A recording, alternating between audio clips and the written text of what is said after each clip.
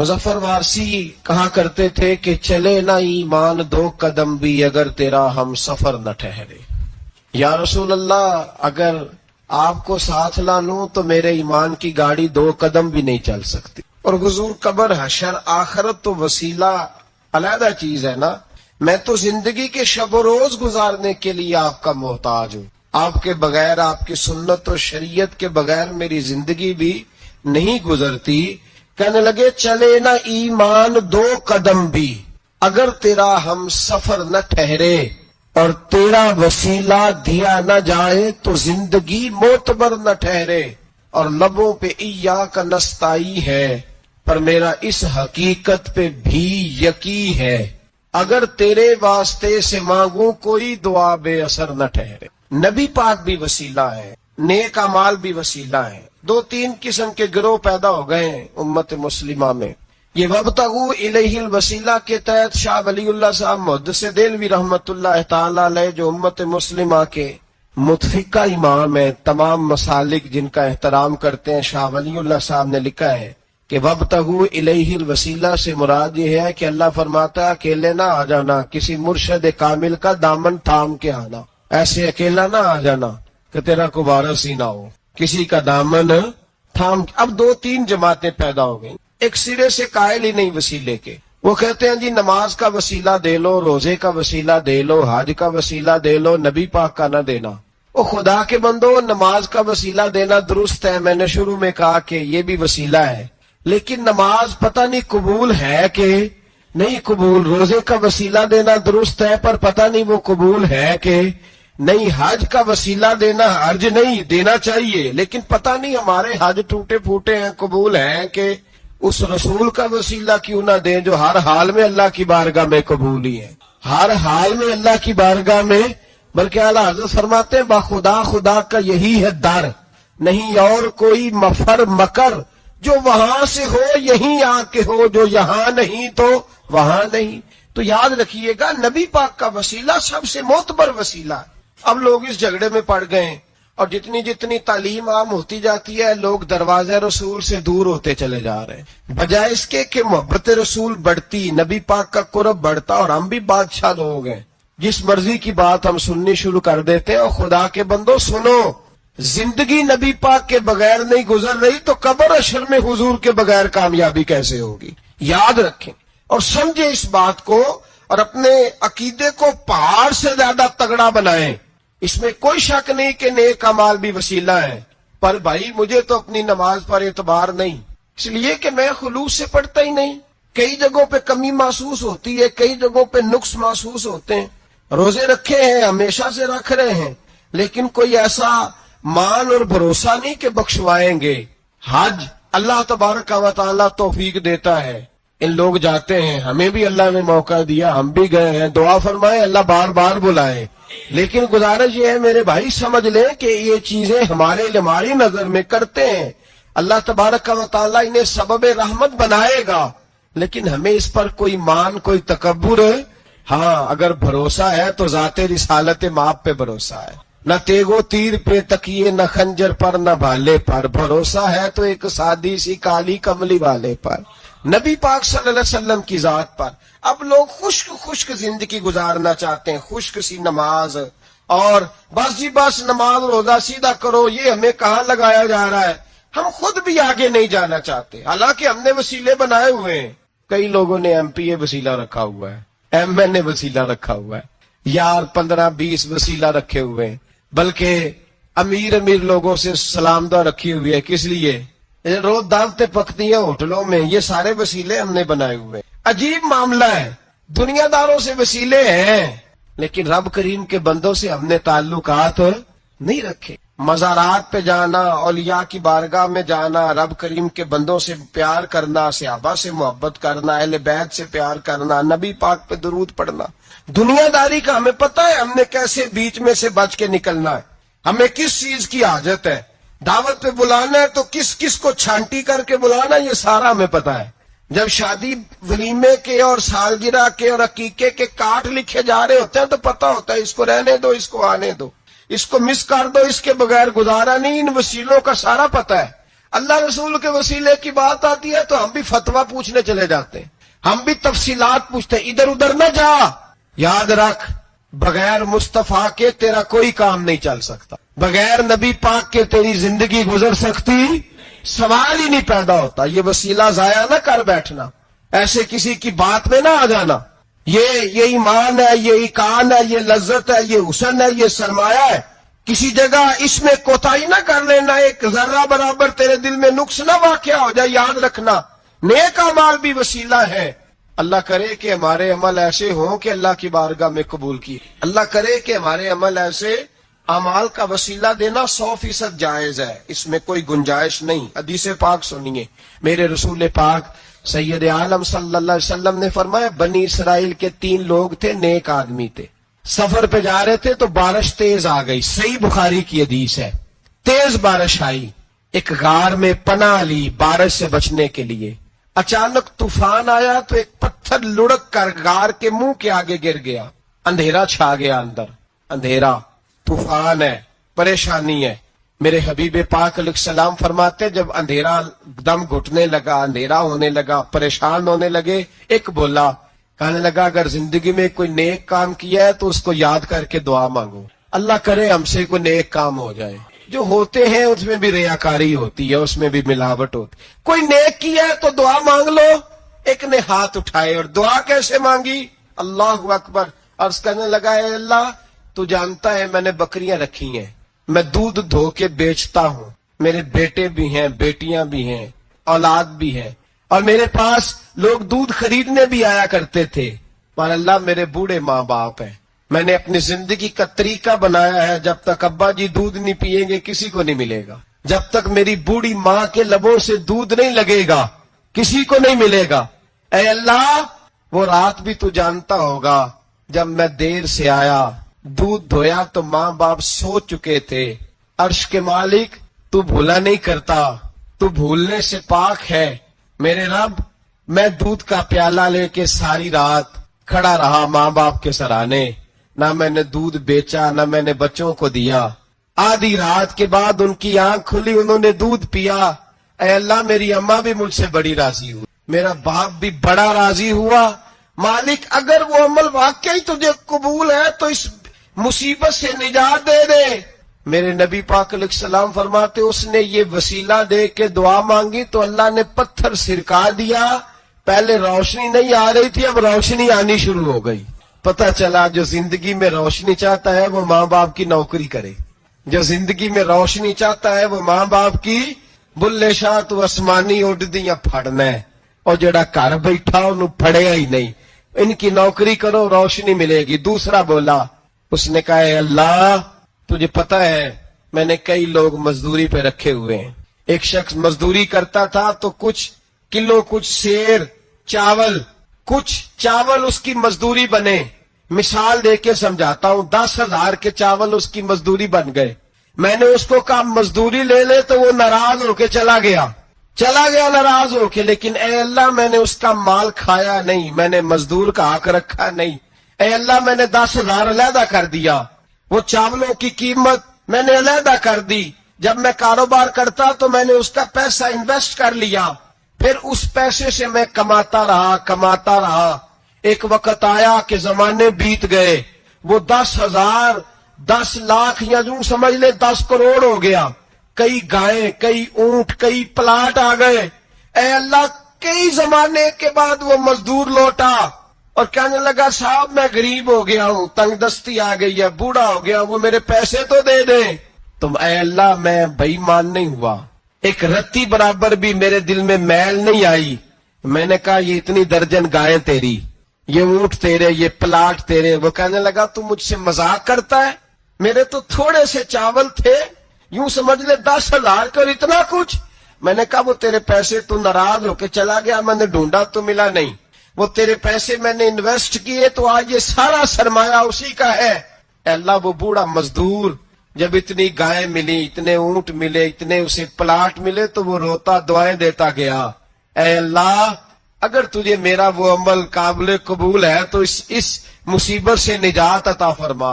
میرے نبی پاک سید عالم صلی اللہ علیہ وسلم فرماتے پتھر تھوڑا اور ہٹ گیا. اب تیسرا بولا عمل کا وسیلہ دے کے او بھائی کوئی عمل بچا کے رکھ, کچھ کر لے, کچھ زندگی میں اکٹھا کر لے, کوئی تو ایسا عمل ہو جب قیامت آئے تو مصیبت سے بچ سکے, تو قبر میں مصیبت سے بچ سکے, تو دنیا میں مصیبت سے بچ سکے.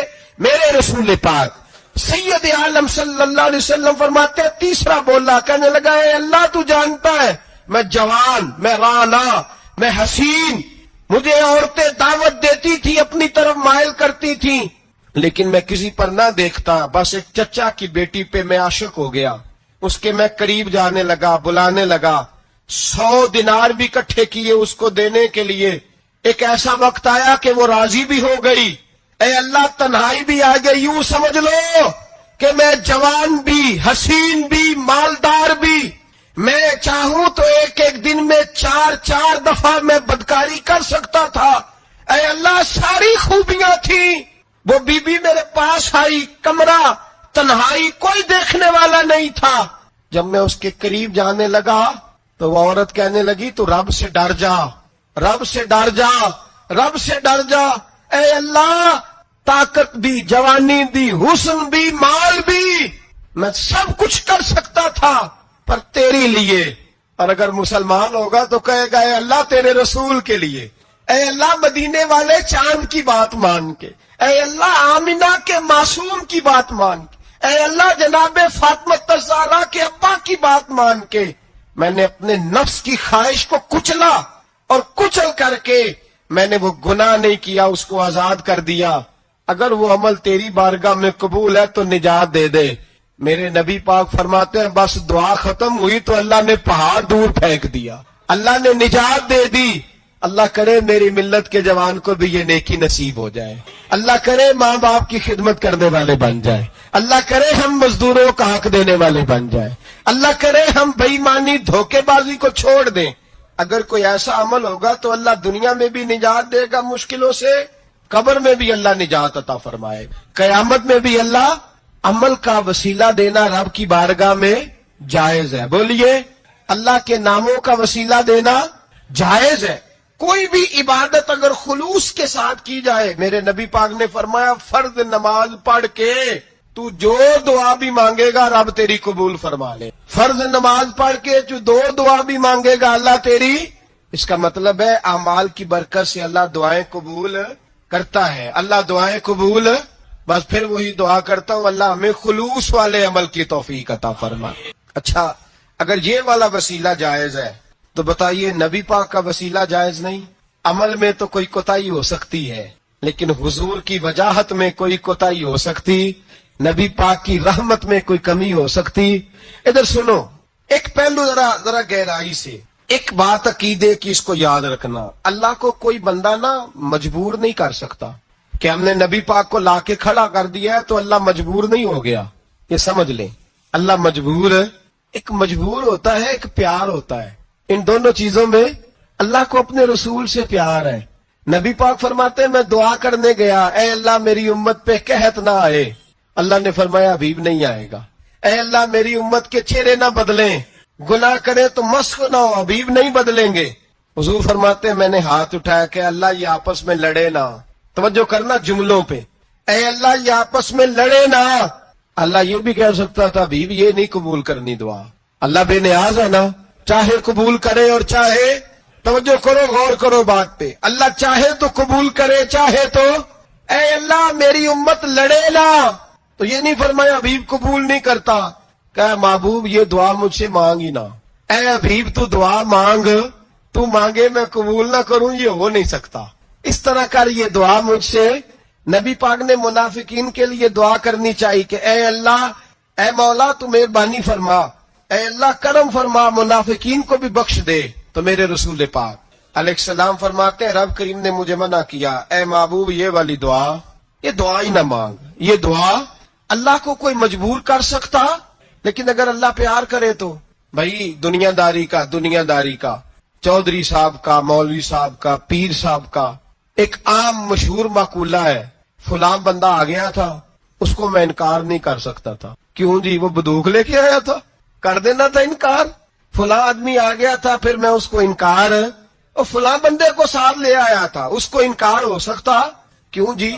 دو باتیں ہوتی ہیں، یا پیار بڑا ہے یا عزت بڑی ہے، دو ہی باتیں ہیں، یا میں اس سے پیار بڑا کرتا ہوں یا میں اس کی، اللہ اپنے نبی سے پیار بھی بڑا کرتا ہے اور اپنے نبی کی عزت بھی بڑی فرماتا ہے. بس یہ سمجھ لے بات. وسیلے کا معنی یہ ہے کہ اللہ اپنے نبی سے پیار کرتا ہے، اپنے محبوب کو اللہ بڑی عزت عطا فرماتا ہے.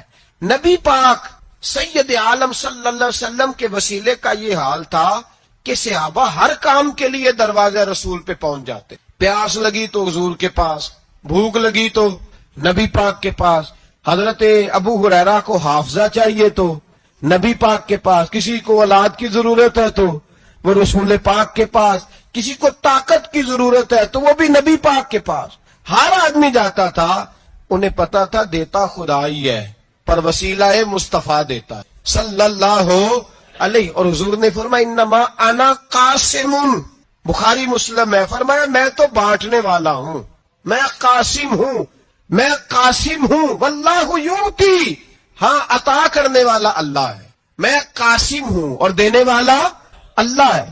صحابہ ہمیشہ نبی پاک کے واسطے سے دعا مانگتے، انہیں پتا تھا اگر تیرے واسطے سے مانگوں تو کوئی دعا بے اثر نہ ٹھہرے. ترمذی شریف، ابن ماجہ، دیگر تمام کتب میں امام احمد نے اپنی مسند میں نقل کیا. حضرت عثمان ابن حنیف کہتے ہیں میں نبی پاک کے پاس بیٹھا تھا تو ایک نابینا صحابی آئے، عرض کرنے لگے یا رسول اللہ صلی اللہ علیہ وسلم میں نابینا ہوں، میرے لیے دعا کریں، اللہ مجھے آنکھیں عطا فرمائے، دعا کریں. اب حضور نے پتہ کیا کہا؟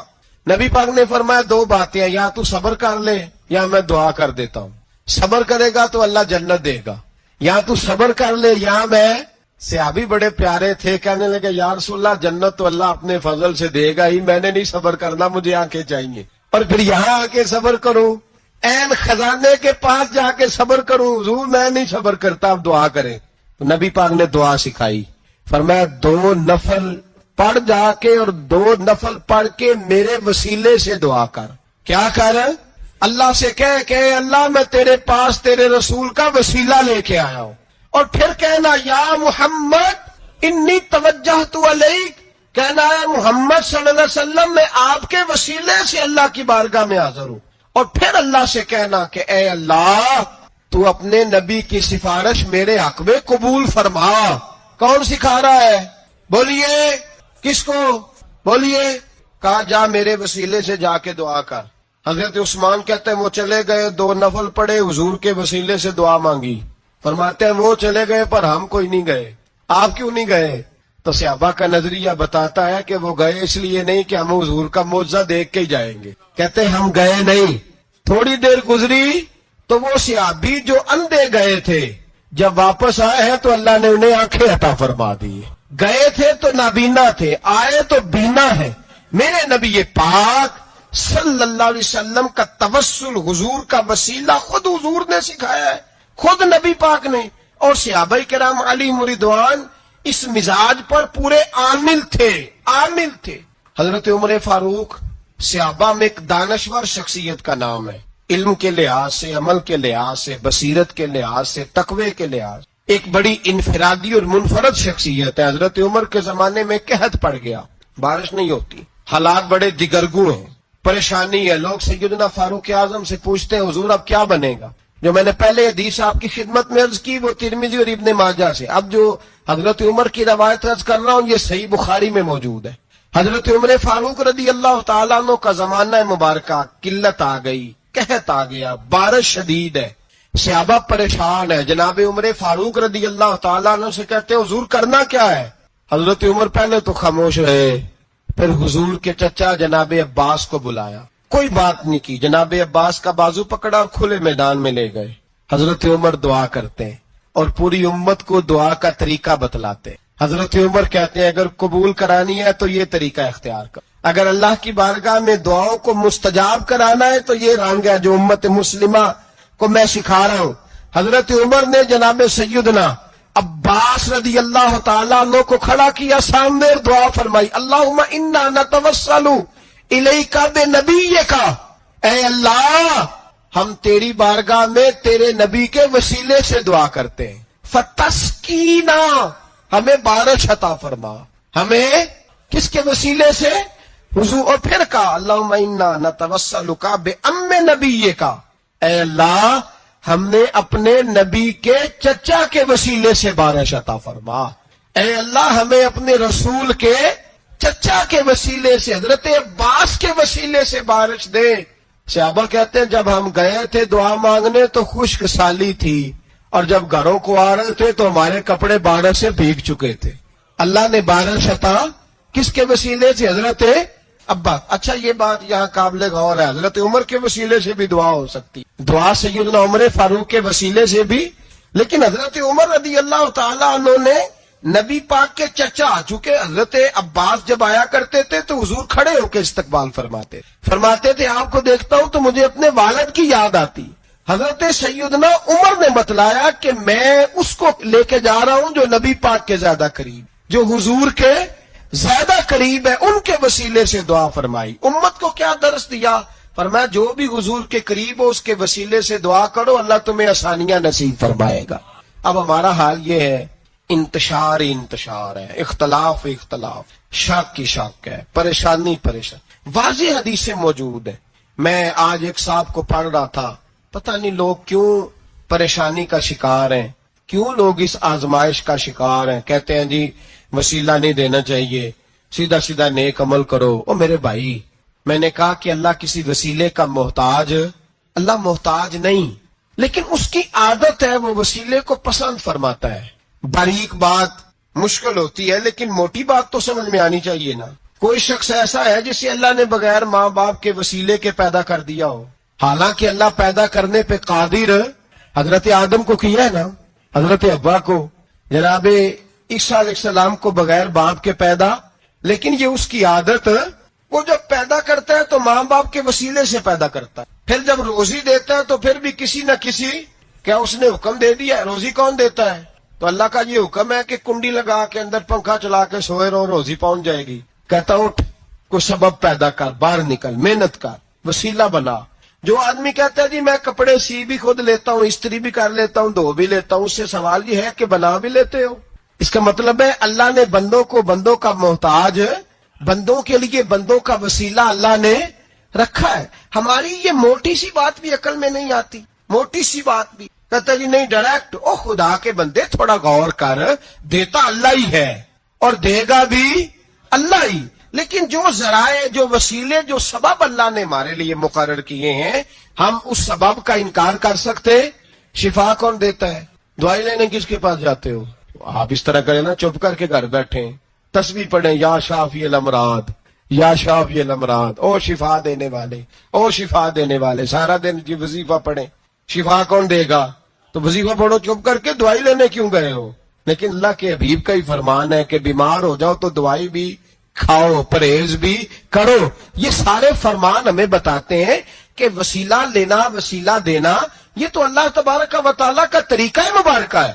لوگ اتنی سی بات کو نہیں سمجھتے، اور قرآن نے واضح طور پہ کہہ دیا وَابْتَغُوا إِلَيْهِ الْوَسِيلَةَ. اور سورہ بقرہ گھر جا کے کھولنا، آیت نمبر 99، 80 اور 99 آیت پڑھنا. کفار نے، یہودیوں نے نبی پاک کی علامتیں پڑھ لی تھی تورات، زبور اور انجیل میں. اللہ کا قرآن کہتا ہے وَكَانُوا مِن قَبْلُ يَسْتَفْتِحُونَ عَلَى الَّذِينَ كَفَرُوا. فرمایا جب میرے نبی نہیں آئے تھے تو یہ یہودی میرے رسول کے وسیلے سے اللہ سے فتح مانگا کرتے، اور جب یہ رسول کا وسیلہ دیتے تھے تو اللہ انہیں فتح عطا فرماتا تھا. امام حاکم نے مستدرک میں لکھا ہے، اور امام حاکم انہی شرطوں پر حدیثیں بیان کرتے ہیں جن شرطوں پر امام بخاری اور مسلم بیان کرتے ہیں. امام حاکم کہتے ہیں کہ نبی پاک صلی اللہ تعالی علیہ وآلہ وسلم کے وسیلے سے ہر چیز اللہ عطا کرتا ہے. جناب آدم علیہ السلام زمین پہ تشریف لائے تو 300 سال نگاہ اٹھا کے آسمان کی طرف نہیں دیکھا، شرم آتی ہے مجھ سے غلطی ہو گئی، اور پھر روتے رہے 300 سال. پھر اللہ فرماتے فَتَلَقَّىٰ آدَمُ مِن رَبِّهِ کلمات. پھر اللہ نے جناب آدم کو کچھ کلمے سکھائے جس کی برکت سے توبہ قبول کی. وہ کلمے کیا تھے؟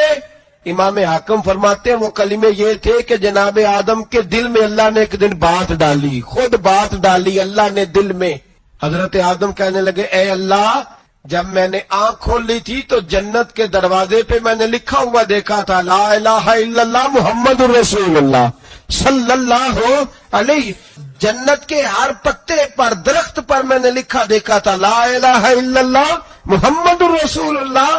تو جناب آدم کہنے لگے اے اللہ وہ جو رسول جن کا نام تو نے جگہ جگہ لکھا ہے ان کے وسیلے سے ہی میری توبہ قبول فرما۔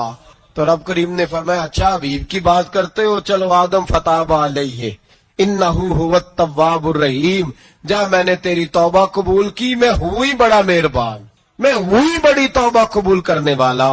شیخ سعدی فرمایا کرتے تھے اگر تیرے باپ کی توبہ جناب آدم کی توبہ مصطفیٰ کے وسیلے سے قبول ہوتی ہے تو کیوں انکاری ہو گیا ہے، تو کیوں انکاری ہو گیا، کیوں نہیں حضور کا وسیلہ مانگتا؟ میرے نبی پاک سید عالم صلی اللہ تعالی علیہ، لوگ بڑی ڈٹائی سے انکار کرتے ہیں، بڑی دلیری سے انکار کرتے ہیں۔ اور خدا کے بندو یہ وسیلہ تو بڑا ضروری ہے، یہ وسیلہ تو بڑا قیمتی ہے۔ میرے نبی پاک صلی اللہ تعالی علیہ وآلہ وسلم نے خود یہ وسیلہ سکھایا، صحابہ اس کے قائل تھے۔ حضرت عائشہ صدیقہ کے پاس لوگ آئے، آ کے عرض کیا اے اماں جی بارش نہیں ہوتی، قحط پڑ گیا ہے۔ اس بات کو نا ذرا دل کی گہرائیوں سے سننا۔ مسجد نبوی ہے، مسجد نبی کے ساتھ ادھر دیکھیے گا ذرا، یہ مسجد ہے، مسجد کے ساتھ حضور کی قبر ہے، ساتھ حضرت عائشہ کا حجرہ ہے، پہلے حضرت عائشہ پھر حضور کا روزہ، پھر آگے بولتے جائیے آگے کیا ہے، چاہیے تھا نا سیدھے مسجد جاتے، حضرت عائشہ کے پاس آئے۔ توجہ کرنا میری بات، کہ اماں جی بارش نہیں ہوتی کیا کریں؟ اماں جی نے مسجد نہیں بھیجا، کہنے لگی اس طرح کرو حضور کے دروازے پہ جاؤ اور جا کے نا نبی پاک جہاں دفن ہے وہاں تھوڑی سی نا جو حضور کے سر والی جگہ ہے نا قبر پہ، وہ چھت تھوڑی سی کھول دو، چھت کھول دو۔ صحابہ کہتے ہم گئے جہاں حضور کی قبر انور تھی، حضور آرام فرماتے، سرانے والی سائڈ سے تھوڑی سی چھت کھولی، ابھی کھولی تھی اللہ نے فوراً بارش عطا فرما دی، فوراً۔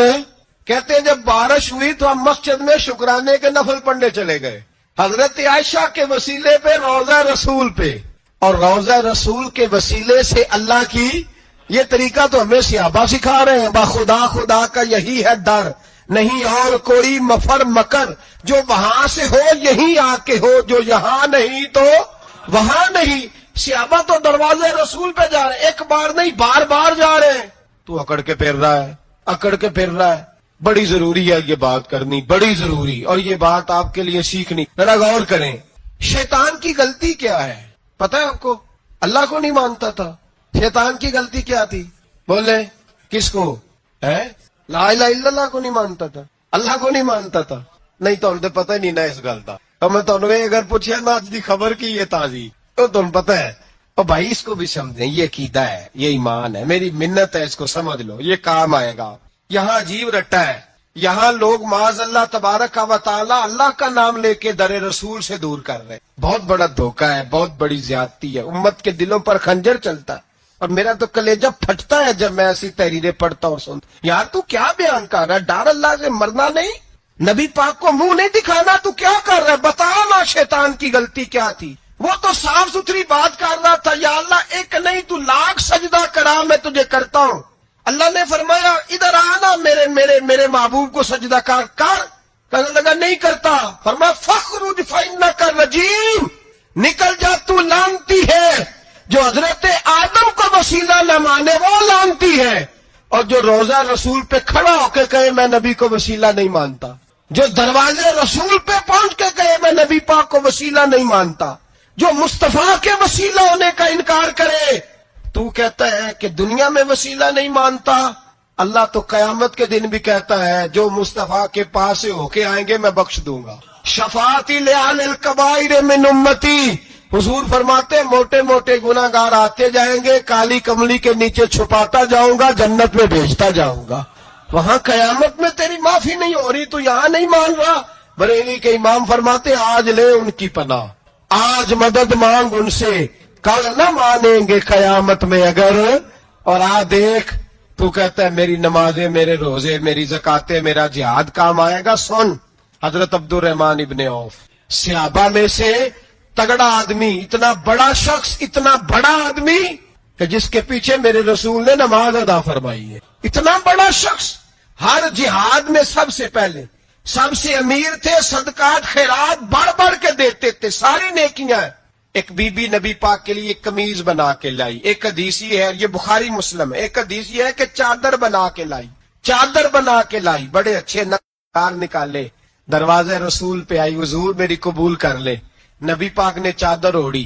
اگرچہ ان کا نام شارحین نے لکھا ہے, صحیح حدیث میں صرف ایک صحابی کے لفظ ہے. شارحین کہتے ہیں کہ وہ عبد الرحمن ابن عوف تھے. چلو یار کوئی اور بھی تھے تو صحابی تو تھے نا, صحابی سے زیادہ تو نیک عمل ہم نہیں نہ کر سکتے. وہ صحابی تھے, یہ حضرت عبد الرحمن ابن عوف تھے. آئے, آ کے کہنے لگے یا رسول اللہ بڑی پیاری لگ رہی ہے آپ کو چادر. حضور بنانے والے نے تو بڑی بنائی تھی, پر جب آپ پہ آئی ہے پھر تو نور نالا نور ہی ہو گئی ہے. حضور بڑی پیاری, کیا بات ہے, کیا بات ہے. مکھ چند بدر شاہ شانی ہے, متھے چمک دی لاٹ نورانی ہے, کالی زلف تے اکھ مستانی ہے, مخمور اکھی ہن مد بھریاں. سبحان اللہ سبحان اللہ سبحان اللہ. ما اجمل کا ما اکمل کا. اور جو آخر میں بات کی وہ بڑی بڑی منفرد ہے, کتھے مہر علی تے کتھے تیری ثنا, مشتاق اکھی کتھے جاڑیاں. پھر کہنے لگے کوئی مثل نہ ڈھولن دی, تو چپ کر مہر علی ایتھے جا نہیں بولن دی. تو چپ کر مہر علی ایتھے جا نہیں. لم جاتی نظیر کا فی نظر مثلے, تو نشد پیدا جانا ایتھے جا نہیں بولن دی. جناب عبد الرحمن, حضور کیا بات ہے. والضحی واللیل اذا سجا, حبیب کیا بات ہے. حضور نے فرمایا تجھے اچھی لگ رہی ہے؟ کہا حضور بڑی اچھی لگ رہی ہے, قربان جاؤں, کون دیتا ہے دینے کو منہ چاہیے, دینے والا ہے سچا ہمارا نبی. حضور نے فوراً چادر اتاری, کا عبد الرحمن لے لو. دے کے حضور چلے گئے. صحابہ گرد کٹھے ہوئے, محفل کا رنگ ہی بدل گیا. تھوڑی دیر پہلے مسکراہٹ تھی. ایک صحابی غصے سے بولے, کہنے لگے عبد الرحمن یار تو تگڑا بندہ ہے, تو چاہے تو ابھی باہر جا کے 100 چادر اس طرح کی خریدے. حضور تو کسی کی قبول ہی نہیں کرتے, بڑی مشکل سے کسی کی چیز لیتے ہیں, غریب کا خیال رکھتے ہیں. حضور نے قبول کر لی تھی تو عجیب آدمی ہے, تو نے مانگ لی, یہ خیال نہیں آیا. پہلے مسکراہٹیں تھیں جب حضور اور جناب عبد الرحمن, اب سنجیدگی آئی. اب سنجیدگی کے فوراً بعد جب صحابی نے سوال کیا تو محفل میں آنسو آ گئے. حضرت عبد الرحمن رو پڑے, نمازیں بھی ہیں, جہاد بھی ہے, پر فخر نہیں کسی بات پہ, رو پڑے. کہنے لگے او بیلیا تیرا کیا خیال ہے, میں نے اوڑھنے کے لیے لی ہے, پہننے کے لیے لی ہے؟ فرمانے لگے نہیں, اللہ کی عزت کی قسم, میں نے تو اس لیے لی ہے جب مروں گا تو گھر والوں کو کہوں گا مجھے نبی پاک کی چادر میں کفن دینا. اٹھانا بخاری پڑھنا, حضور کی چادر میں کفن دینا, اس لیے کہ مجھے پتا ہے جب مصطفیٰ کی چادر اوڑھ کے جاؤں گا تو اللہ بے حساب ہی بخشش فرما دے گا. تو نبی پاک کے وسیلے کا قائل نہیں ہے, چادر کی بات ہو رہی. سنیے اور غور کیجیے. حضرت مولا علی شیر خدا رضی اللہ, ان کی اماں نے نا حضور سے بڑا پیار کیا. حضرت ابو طالب کے گھر میں نبی پاک نے پرورش پائی. ان کی والدہ حضرت علی کی والدہ جناب فاطمہ بنت اسد حضور سے بڑا پیار کرتی. صحابہ کہتے ہیں اس دن حضور بڑا روئے جس دن حضرت فاطمہ نے مدینے میں انتقال فرمایا. فاطمہ بنت اسد جناب علی کی والدہ فرماتے ہیں جب خبر ملی کہ حضرت علی کی والدہ وصال کر گئی تو حضور رونے لگے. فرمایا وہ علی کی نہیں, وہ تو میری ماں تھی, میری اماں تھی. امام ابو نعیم نے لکھا ہے, کہتے ہیں حضور نے فرمایا جب میری اماں کو غسل دینے لگو نا, کفن پہنانے سے پہلے مجھ سے پوچھ لینا. صحابہ کہتے ہیں کفن دینے سے پہلے عورتیں آئیں, حضور کیا کرنا ہے؟ نبی پاک اندر گئے, جو قمیض پہنی ہوئی تھی وہ اتار کے دی. فرمایا چٹے رنگ کا سفید رنگ کا کفن نہ دینا, میرا کرتا پہناؤ میری اماں کو. حضور نے کفن دیا. حضرت ابو ذر غفاری فرماتے جب جنازہ پڑھ لیا نا تو نبی پاک فرمانے لگے قبر صحیح بنائی ہے تم نے؟ حضور صحیح بنائی ہے. فرمایا نہیں لگتا نہیں. فرماتے یہ کہتے کہتے میرے نبی قبر میں اتر گئے, میری آنکھیں برس پڑی. میں نے کہا ولی کی اماں رب تجھ سے کیا حساب لے گا, ساری رحمتیں تو پہلی تیری قبر میں آ گئی. عشق سرکار کی ایک شمع جلا لو دل میں, بعد مرنے کے قبر میں بھی اجالا ہوگا. نبی پاک قبر میں لیٹے پھر بیٹھے, فرمایا صحیح ہے قبر. پھر میرے نبی پاک نے دفن کیا ان کو. پھر دیر تک دعا کرتے رہے اور رو کے فرمانے لگے اے اللہ اپنے نبیوں کے وسیلے سے اور میرے وسیلے سے میری اماں کی قبر روشن کر دے۔ حضرت ابو ذر فرماتے ہیں کسی کا دل نہیں کرتا اس کی ماں مرے، آج میرا دل کرتا تھا کاش میری مر جاتی، یہ فضیلت میری اماں کو نصیب ہوتی۔ سیدنا ابو ذر فرماتے ہیں جب حضور رخصت ہونے لگے تو میں قریب گیا، میں نے کہا حبیبہ ذرا یہ رنگ مجھے بھی سمجھائیں، تو حضور نے فرمایا میں نے اپنا کرتا اس لیے پہنایا ہے کہ جب میرا کرتا فاطمہ بنت اسد کو پہنایا جائے گا تو اس کے توسل سے اللہ انہیں جنت کا جوڑا عطا فرمائے گا، اور قبر میں اس لیے اترا ہوں کہ جب میں قبر میں اترا ہوں تو اب میری اماں کی قبر تنگ نہیں ہوگی بلکہ اللہ میری برکت سے کشادگی عطا فرما دے گا۔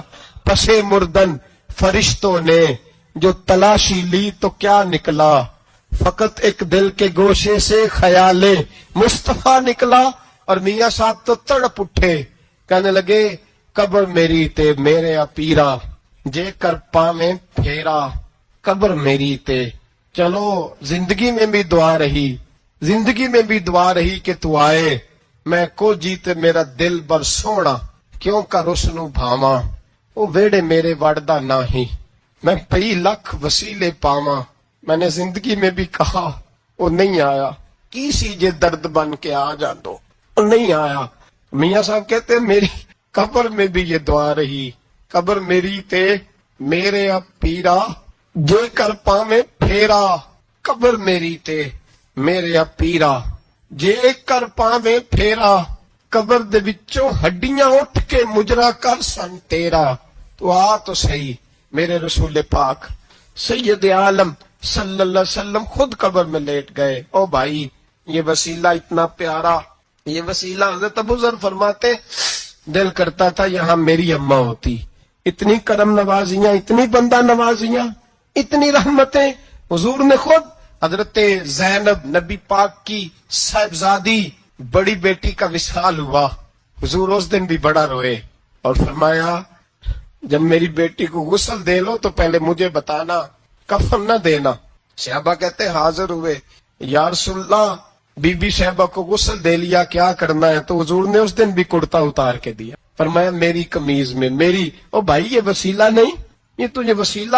ایک صحابی حضرت ابو معذورہ، شریعت میں کندھے تک بال رکھنا جائز ہے، اس صحابی کے اتنے لمبے بال تھے کہ جب وہ بیٹھتے تھے تو نیچے دب جاتے تھے، لوگوں نے منع کیا کٹواتا کیوں نہیں، فرمانے لگے نہیں کٹوانے، کہا کیوں، فرمانے لگے قبر میں لے کے جانے، قبر میں، کہا کیوں، فرمایا ان بالوں پہ ایک دفعہ نبی پاک نے ہاتھ رکھا تھا، حضور نے دست مبارک رکھا تھا، میں ساتھ للحد میں عشق رخ شاہ کا داغ لے کے چلے، ہم نے اندھیری رات سنی تھی چراغ۔ عبداللہ بن عتیق صحابی ہیں، حضور نے گستاخ قتل کرنے بھیجا، انعام دیے، انتقال کا وقت آیا تو بچوں کو بلایا، کہنے لگے یہ ایک ڈنڈا ہے عصا ہے، جب مروں تو میری قبر میں رکھنا۔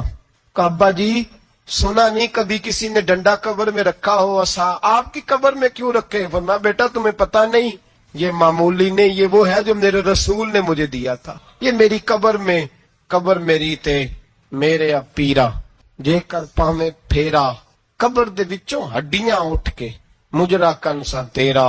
پسے مردن فرشتوں نے جو تلاشی لی تو کیا نکلا، فقط ایک دل کے گوشے سے خیال حضرت انس بن مالک کہتے ہیں مر جاؤں تو حضور کے منہ مبارک میری زبان کے نیچے رکھ دینا۔ حضرت امیر معاویہ فرماتے ہیں میرے پاس حضور کے ناخن ہیں، جب میں مروں تو میرے کفن میں رکھ دینا۔